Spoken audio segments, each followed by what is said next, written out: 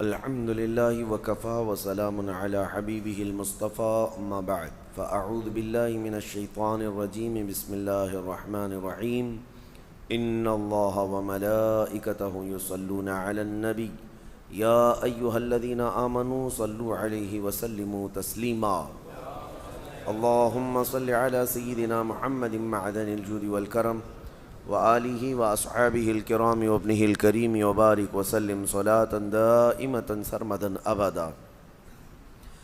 نبی پاک صلی اللہ تعالیٰ علیہ وسلم کی مکی زندگی کا چھٹا سال تھا۔ 5 سال گزر گئے تھے، چھٹے اور 7ویں سال چونکہ 70 صحابہ اکرام ہجرت کر چکے تھے حبشہ کی طرف، اور جو بچے تھے مکہ میں وہ بھی بڑی مشقتوں کے ساتھ رہ رہے تھے، تکلیفوں کے ساتھ رہ رہے تھے۔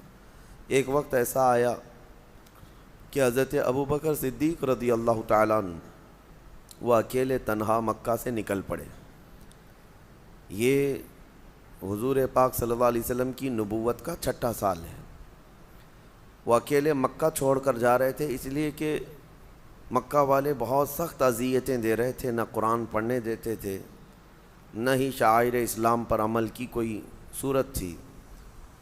تو جب مکہ سے باہر نکل کر جا رہے تھے تو ایک بہت بڑا پہلوان، نامی گرامی، ابن دغنہ اس کا نام تھا، اس نے دیکھا، پوچھا ابوبکر کہاں جا رہے ہو؟ کہا کہ میں مکہ چھوڑ کر جا رہا ہوں اور کسی اور جگہ آباد ہو جاؤں گا۔ اس نے کہا تم جیسا آدمی اگر مکہ میں نہ رہے تو پھر کس کو رہنے کا حق ہے؟ تم سب سے شریف آدمی ہو مکہ کے، ہم سب آپ کا احترام کرتے ہیں۔ اس نے کہا کہ آپ واپس مکہ چلیں، میں آپ کو اپنی پناہ میں رکھتا ہوں، میں امان دیتا ہوں۔ اس وقت کا نظام یہ تھا کہ اگر کوئی آدمی کسی کی پناہ لیتا ہے یا کسی کو امان دیتا ہے تو اس کا مطلب یہ تھا کہ پھر دوسرا کوئی آدمی اس سے لڑنے آتا تو جو پناہ دیا ہوا آدمی ہے وہ پورے اپنے خاندان کے ساتھ اس کا مقابلہ کرتا۔ تو یہ مکہ کا رواج تھا۔ تو ابن دغنہ چونکہ بہت ہی مشہور آدمی تھا اور پہلوان بھی تھا، اس نے امان دیا اور کہا واپس چلو۔ حضرت ابوبکر صدیق واپس آئے تو مکہ والوں نے پوچھا کہ ان کو کیوں لے آئے؟ ان کے قرآن پڑھنے سے فتنہ ہو رہا ہے، ہمارے گھر والے بچے اور سب لوگ جو ہے ان کی طرف مائل ہو جاتے ہیں۔ تو ابن دغنہ سے سارے مکہ والوں نے کہا اب تو نے ان کو پناہ دی ہے تو ٹھیک ہے، بس ان کو اتنی بات کہہ دے کہ یہ اگر قرآن پڑھنا ہے تو آہستہ آواز میں اپنا پڑھ لیں۔ حضرت ابوبکر صدیق سے اس نے کہا کہ سب کچھ معاملات صحیح رہیں گے، آپ جب اپنا قرآن پڑھیں تو آہستہ سے پڑھ لیں۔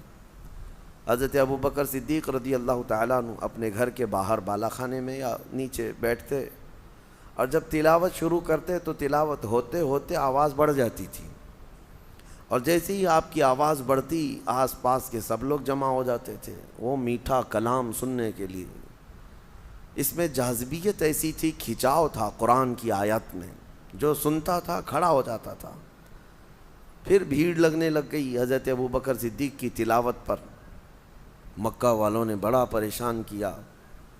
پھر حضرت ابوبکر صدیق کے متعلق ابن دغنہ سے آ کر شکایت کی کہ پھر یہ وہی کام کر رہے ہیں۔ ابن دغنہ نے دوبارہ کہا کہ ابو بکر اپنی آواز کو پست کر لو، لوگ فتنے میں مبتلا ہیں۔ تو حضرت ابو بکر صدیق نے بات سن لی۔ اس کے بعد پھر دوسرا دن آیا، آپ نے جب تلاوت شروع کی تو پھر ویسی بلند آواز ہونے لگی۔ ابن دغنہ پھر آیا، مکہ والوں نے شکایت کی کیونکہ آپ کی تلاوت سے کوئی نہ کوئی مسلمان ضرور ہوتا، قرآن کی آپ تلاوت کرتے اور لوگ متاثر ہوتے تھے۔ اس نے آ کر کہا کہ ابو بکر میں نے اتنی مرتبہ تم سے کہا ہے کہ یہ تمہارے قرآن کی تلاوت سے مکہ والوں میں بڑا عجیب معاملہ ہے۔ حضرت ابو بکر صدیق نے کہا ابن دغنہ تو اپنی پناہ اپنے پاس رکھ، تیری امان تیرے پاس رکھ، میں اللہ کی امان میں کافی ہوں۔ اس نے کہا کہ میں اپنی امان اٹھا لیتا ہوں۔ حضرت ابو بکر صدیق نے کہا مجھے اس کی کوئی پرواہ نہیں۔ وہ ایسے سخت ترین حالات میں قرآن پر ایسے عمل کرتے رہے، انہیں کسی کے پناہ کی اور کسی کے امان کی بھی حاجت نہیں تھی۔ یہ واقعات تھے چھٹے سال کے نبوت کے۔ اور ایک بہت بڑا معاملہ جو پیش آیا، بڑا جو معاملہ جس کو کہتے ہیں کہ ایک اچانک ایک ٹرننگ پوائنٹ مکہ والوں میں، اور جو وہاں پر مسلمان تھے، غریب صحابہ تھے، ان میں جو ایک الگ ٹرننگ پوائنٹ آیا ہے، یہ ہجرت حبشہ سے پہلے کی بات ہے۔ ہجرت حبشہ سے پہلے کی بات ہے۔ حبشہ جو صحابہ ہجرت کر گئے وہ بعد کی بات ہے، اس سے پہلے کا یہ مسئلہ میں آپ کو بتا رہا ہوں کہ دو بہت بڑی طاقتیں جو مکہ میں تھیں وہ دونوں ایمان لائے۔ ایک حضرت امیر حمزہ اور دوسرے حضرت عمر ابن خطاب، دونوں پہلوان مانے جاتے تھے، اور دونوں کے ایمان لانے کا سبب کچھ اور ہی تھا۔ ایک دن رسول کریم صلی اللہ علیہ وسلم حرم پاک میں اندر گئے تھے، خانہ کعبہ کے پاس۔ ابو جہل اپنے ساتھیوں کے ساتھ وہاں بیٹھا، ٹھٹا کرتا رہا، مذاق کرتا رہا، اور نبی پاک صلی اللہ علیہ وسلم کو خانہ کعبہ کے پاس گھسیٹا، اور حضور کو اس نے مار توڑ بھی کیا، زد و کوب کیا، گالی گلوچ کیا۔ نبی پاک صلی اللہ علیہ وسلم حرم سے باہر تشریف لے آئے۔ امیر حمزہ شکار کرنے کے بڑے شوقین تھے، وہ اس وقت بڑے پہلوان مانے جاتے، اور ایک نسبت حضور اکرم صلی اللہ علیہ وسلم کے ساتھ ان کی تو چچا ہونے کی ہے ہی، کہ وہ حضور کے سگے چچا ہیں، حضور کے سگے چچا ہیں، لیکن دوسری ایک نسبت یہ بھی ہے کہ وہ حضور کے رضائی بھائی بھی ہوتے ہیں۔ یعنی حضور صلی اللہ علیہ وسلم نے جس خاتون سے دودھ پیا، حضرت صہیبہ، اسی حضرت صہیبہ سے حضرت امیر حمزہ نے بھی دودھ پیا۔ تو نبی پاک صلی اللہ علیہ وسلم کے چچا بھی ہیں اور دودھ شریک بھائی بھی ہیں، بڑی قربت بھی تھی۔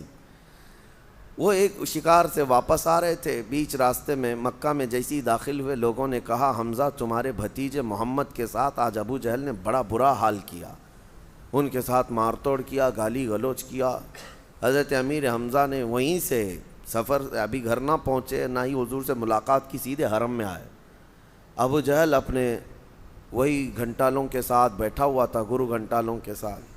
حضرت امیر حمزہ سیدھے گئے اور اس کا دامن پکڑ کر کھینچتے ہوئے اس کو صحن میں لایا، اور اپنی تلوار کی ڈھال جو تھی اس سے اتنا مارا کہ اس کا سر پھٹ گیا، اور خوب اس کو لاتوں سے اور گھونسوں سے مارا، کوئی بچانے والا نہیں تھا ابو جہل کو، اور کہا کہ تو میرے بھتیجے محمد صلی اللہ علیہ وسلم کو کیا صرف یتیم سمجھ کر کے گالیاں دیتا ہے؟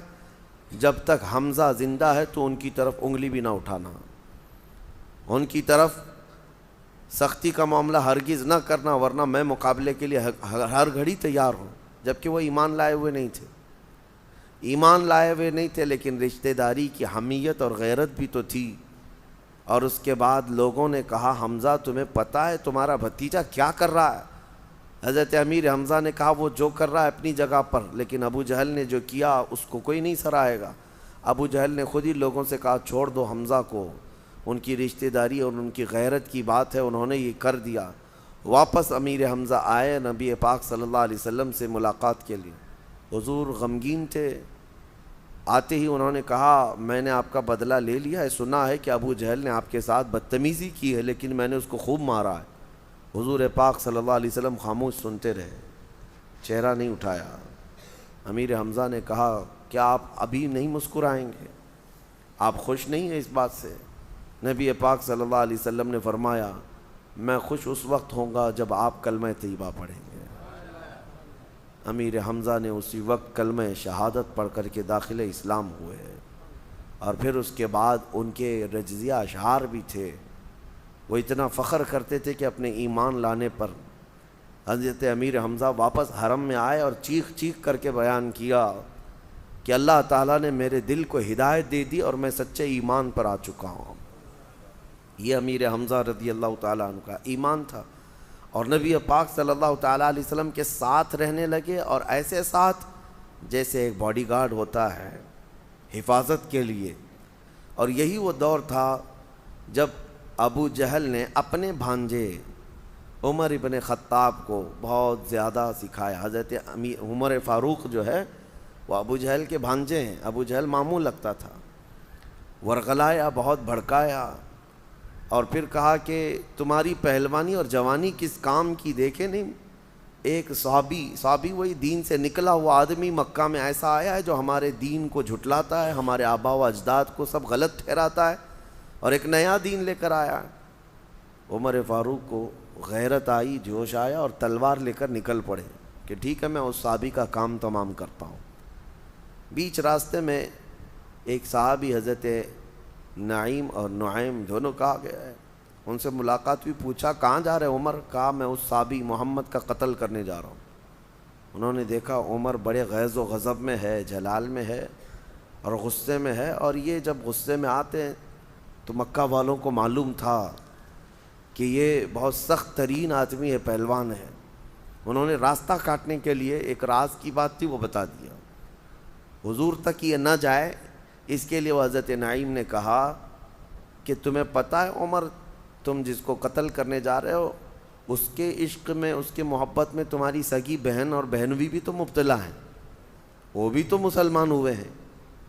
تو انہوں نے جیسی یہ کہا حضرت عمر کی غیرت جاگ گئی، کہا میرے گھر میں ہو رہا ہے یہ سب، میری بہن نے کلمہ پڑھا ہے؟ کہاں جا کے دیکھو۔ ان کی بہن حضرت فاطمہ بنت خطاب وہ پہلے سے ایمان لائی ہوئی تھی۔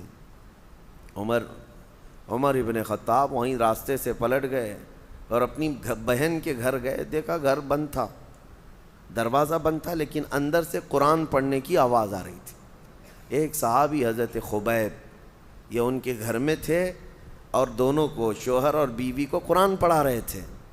جیسے ہی حضرت عمر دروازہ کھٹکھٹانے لگے آواز بند ہو گئی، وہ حضرت خبیب کو انہوں نے اندر چھپا دیا، دروازہ کھولا، کھولتے ہی اندر آئے اور آؤ دیکھا نہ تاؤ اپنے بہنوئی کو گرا کر مارنا شروع کر دیا۔ ان کے بہنوئی سعید بن زید، ان کو اتنا مارا، بہت مارا، ان کی بہن بیچ میں بچاؤ کے لیے آئی تو اپنی بہن کو بھی مارا، ناک پھوڑ دیا مار کر کے، بہن اور بہنوئی کو زخمی کر دیا۔ اور اس کے بعد پھر جب خود کو رحم آیا کہ میں نے اپنے بہن اور بھائی کو اتنا مارا ہے، اٹھے تھک کر کے، بعد میں پھر اپنی بہن سے پوچھتے ہیں اچھا ٹھیک ہے چھوڑ دو، جو کلام تم لوگ میرے آنے کے وقت یہاں سن رہے تھے وہ کلام سناؤ، کون سا کلام ہے؟ جیسے ہی حضرت عمر نے یہ کہا، حضرت خبیب جو چھپے ہوئے تھے اندر وہ باہر آ گئے، کہا کہ میں سناتا ہوں۔ لیکن حضرت عمر کی بہن کے ایمان اور ان کی غیرت کو دیکھیں، صحابہ کا کیسا ایمان تھا، ڈر اور خوف سب ایک طرف، تکلیفیں اور مصیبتیں سب ایک طرف۔ بہن نے کہا آپ کو اس کلام کو سننا ہے تو آپ کو پاک ہونا پڑے گا، آپ پہلے پاک ہو جائیں، پاک ہو جائیے۔ اس کے بعد انہوں نے جس طرح کی پاکی تھی پاکی حاصل کی، کہا کہ مجھے سناؤ وہ کلام۔ تو حضرت خبیب نے پڑھنا شروع کیا سورہ طٰہٰ کی آیتیں، طٰہٰ ما انزلنا علیک القرآن لتشقیٰ الا تذکرۃ لمن یخشیٰ۔ یہ آیتیں تقریباً انہوں نے کئی آیتیں پڑھی، حضرت عمر مست ہو گئے، جھومتے رہ گئے۔ کلام پاک کی ان آیات بینات کا اثر دل پر ہونے لگا، اور اس کے بعد کہتے ہیں میں محمد سے ملنا چاہتا ہوں۔ تو حضرت سعید بن زید جو بہنوئی تھے وہ حضرت خبیب ان کو لے کر کے چلے۔ نبی پاک صلی اللہ تعالیٰ علیہ وسلم اس وقت بھی حضرت زید بن ارقم کے گھر میں تھے، اور حضرت امیر حمزہ دروازے پر پہرا دے رہے تھے، وہ پہلے ایمان لائے ہوئے۔ تو حضرت عمر تلوار لٹکائے تیزی سے آنے لگے، تو امیر حمزہ نے بھی تلوار نکال لی۔ اندر سے آوازیں آنے لگ گئی کہ عمر آ رہا ہے، عمر آ رہا ہے، پتہ نہیں کیا ہونے والا ہے۔ تو حضرت امیر حمزہ نے چیخ کر کہا عمر آ رہا ہے، تو حمزہ بھی کھڑا ہے، اور یہ کہا کہ اگر اس کی نیت اچھی ہے تو میں استقبال کروں گا، اور اگر بری نیت لے کر کے آ رہا ہے تو میری تلوار سے وہ بچ کر نہیں جائے گا۔ امیر حمزہ دروازے پر تان کر کھڑے تھے۔ نبی پاک صلی اللہ علیہ وسلم اندر حجرے سے آواز لگاتے ہیں امیر حمزہ کو کہ آپ اپنی تلوار نیچی کر لیں، اس لیے کہ اللہ نے مجھے یہ حکم فرمایا کہ عمر آپ کے پاس آئے گا اور اسلام کے ساتھ آئے گا۔ نبی پاک صلی اللہ علیہ وسلم نے ایک دن پہلے دعا کی تھی، اللہم اعز الاسلام باحد من العمرین۔ ابو جہل کا نام بھی عمر ہے، ابو جہل کا نام بھی عمر ہے، عمر بن ہشام، اور حضرت فاروق اعظم کا نام بھی عمر بن خطاب۔ حضور نے یہ دعا کی تھی کہ اے اللہ دونوں عمروں میں سے کسی ایک عمر سے اسلام کو عزت عطا فرما دے۔ اور حضور کی دعا یہ حضرت فاروق اعظم کے حق میں قبول ہوئی.